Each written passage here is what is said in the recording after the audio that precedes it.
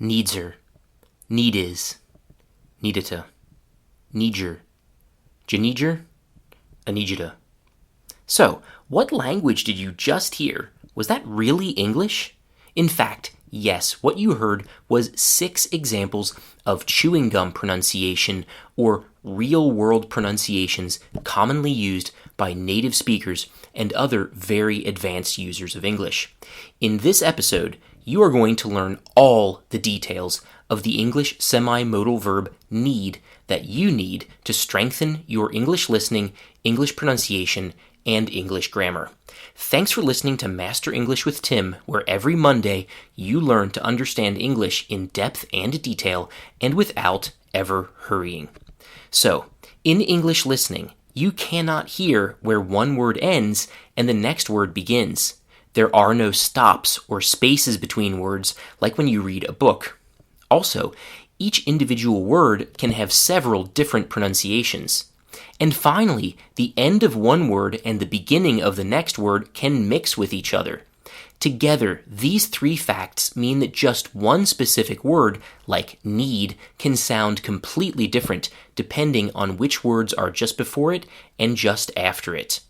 Okay, let me give you 6 examples where the pronunciation of the verb need changes because of a word that's before it and because of a word that is after it.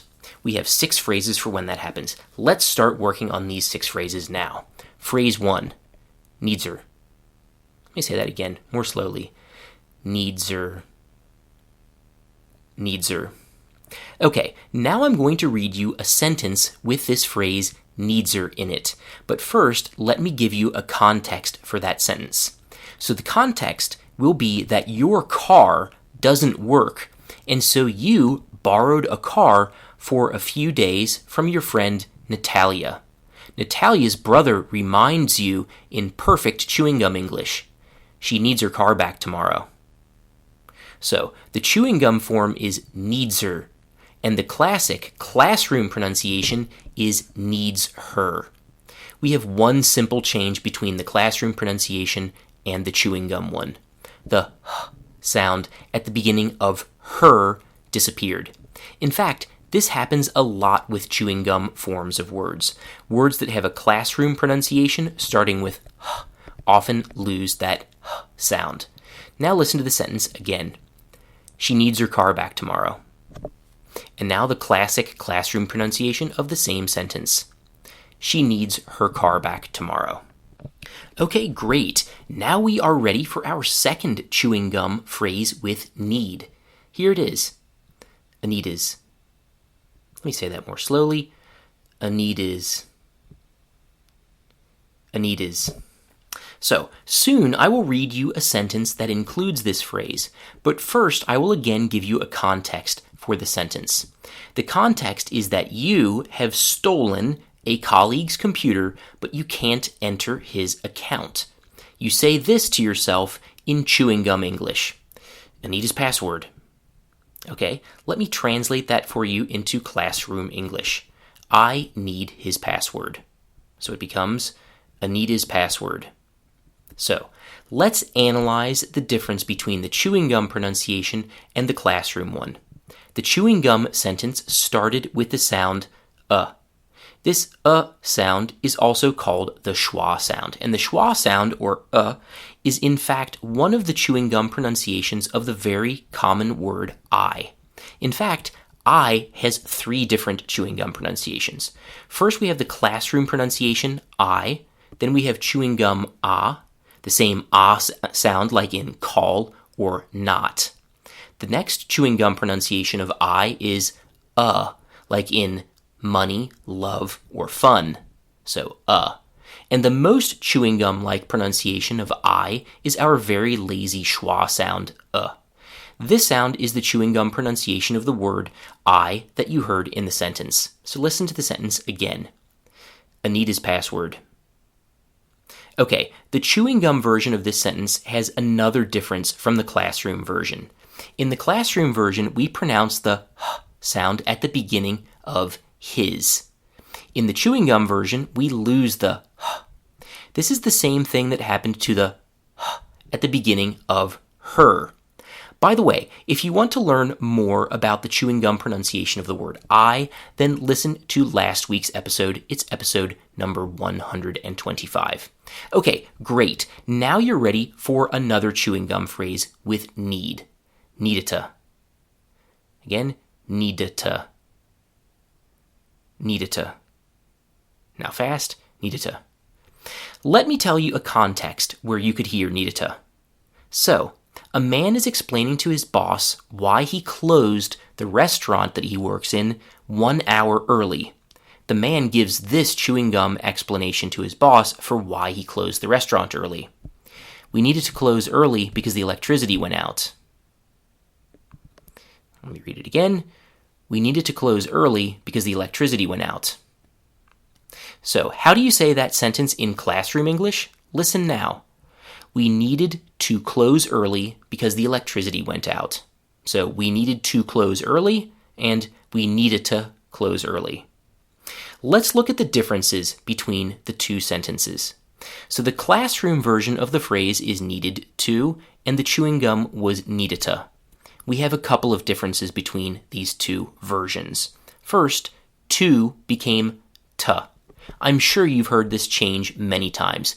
People really say ta all the time and almost never say to. And we also lost the duh sound at the end of needed. Why? Where did the duh go? Well, actually, duh and tuh are the same sound with one difference. Duh is voiced and tuh is unvoiced. Because these two sounds are so similar, we only pronounced one of them. So we had needed, and it has a duh at the end, and then we had tuh was the next word. So duh and tuh are very similar, so we just lost one of those two sounds, and it became needita. All right, let's start on the next chewing gum phrase with need, the fourth one out of 6. Listen now. Needger. Needger. Needger. Context for this phrase. A man is talking on the phone with his wife. The man forgot his computer at home and can't buy a plane ticket without it. He needs to travel. His wife tells him this in chewing gum English. I need your password. Or in classroom English, I need your password. I need your password. I need your password. So how did we go from I need your to I need your? Well, when we have a duh sound at the end of one word and a ya sound at the beginning of another word, we lose both the duh and the ya and replace those two sounds with just j. So duh and then ya becomes j. Now, maybe that sounds crazy, but really it's not. In fact, it happens in words that you already know, like education. We don't say education, we say education with a j sound. So, similarly, I need your becomes I need your, or even a need your, with schwa replacing the word I, like we talked about earlier. Amazing. Let's analyze now our 5th chewing gum phrase with need. Listen now. Gineger. Again. Gineger. Gineger. So the context for this phrase is that two friends are talking about a free concert that one of them went to 2 nights ago. The concert was free, but the website that advertised the concert said you needed to have a ticket. So one friend asks the other this in real-life chewing gum English. Do you need your ticket to get in? Let me say that again. Do you need your ticket to get in? The classroom pronunciation of that same phrase is, did you need your ticket to get in?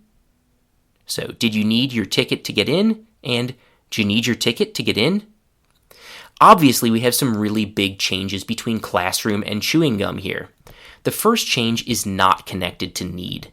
The change is that did you became simply ja.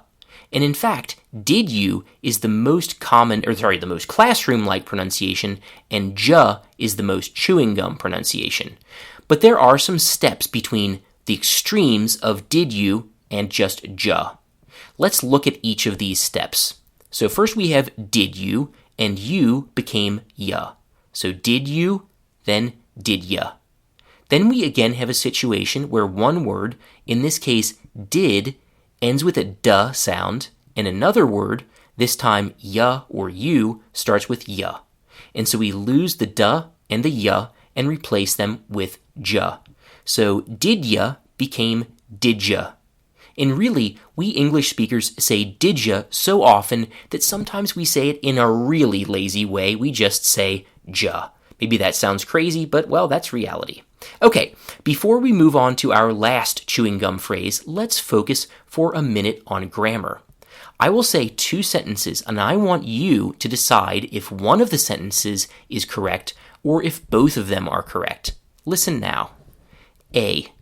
I need that you wash the dishes. B. I need you to wash the dishes. So, how many sentences are correct? One or two? Okay, the answer is only one of them. So, which one of them is correct?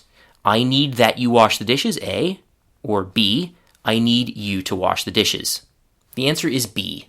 I need you to wash the dishes is correct. Let's try with another pair of sentences. A. I need him to work harder. B. I need that he works harder. Again, only one sentence is correct, and this time it is sentence A. Listen to it again. I need him to work harder. Listen now to 9 more sentences of this same type with need. 1. You need me to cook dinner. 2. I need you to speak louder. 3. We need him to finish the report. 4. We need her to work harder. 5. I need them to pay by tomorrow. 6. They need us to cut the grass. 7. We need everyone to follow the instructions. 8. I need James to drive me to the supermarket. 9th and last. I just need my computer to work. Okay, now let's come back to one of our phrases with chewing gum pronunciation. This phrase will use the same type of construction with need, of which you just heard 9 examples. Listen now. Anijada. Again, anijada. Anijada. Anijada. So the context for this phrase is that a boss is talking to a worker who is often late.